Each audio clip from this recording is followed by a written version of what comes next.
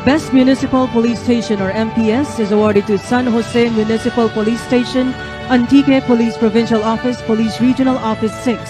And the award will be received by the Chief of Police, Police Major Benjo Clarite.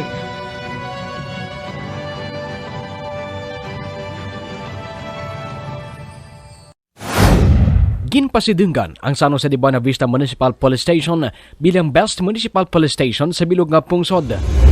Ang nasambit nga award ang personal nga ginbaton ni Police Major Benjo Clarite, hepe ng San Jose Municipal Police Station, halin mismo kay President Ferdinand Marcos Jr. sa selebrasyon kang 121st Police Anniversary sa Camp Crame, Quezon City katong Agosto 8, 2022. Suno kay Clarite, nakit-an kang national validators ang aktibo nga suporta kang local government unit kag komunidad kang San Jose de Buenavista, rason na ginkilala dya bilang Best Municipal Police Station.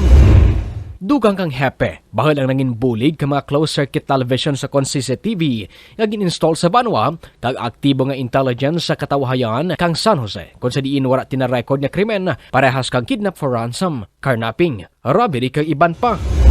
Pahayag pa ni Clarite, ginaplanuhan rin sa tulad ang paghanas sa mga personal kang San Jose Municipal Police Station sa cyber policing. Agad tugroan pagdamad ang diyang cybercrimes kag hindi rin magsarig pa sa regional office sa may angat sa mga parehas kadyang kaso. Ang San Jose Municipal Police Station ang nagkumpita sa 1,506 ka mga municipal police stations agad mabuel ang among pagpasidengag. Diyan ikarwa rin nga pagpasidengag nga nabaton ka nasambit nga istasyon matapos nga katong 2016 nagbaton man kang parehas nga pagpasidengag ang San Jose Municipal Police Station sa idalam kang pagpamuno ni Police Lieutenant Colonel Norby Escobar kag Police Major Benjo Clarite kadya nga 2022. Samtang nangin Best MPS naman ang San Jose Municipal Police Station sa bilog nga Riyon 6 katong tuig kang 2021. Para sa The Public Record, Mark Anjo de la Gracia, The Kinaray-a Chronicle.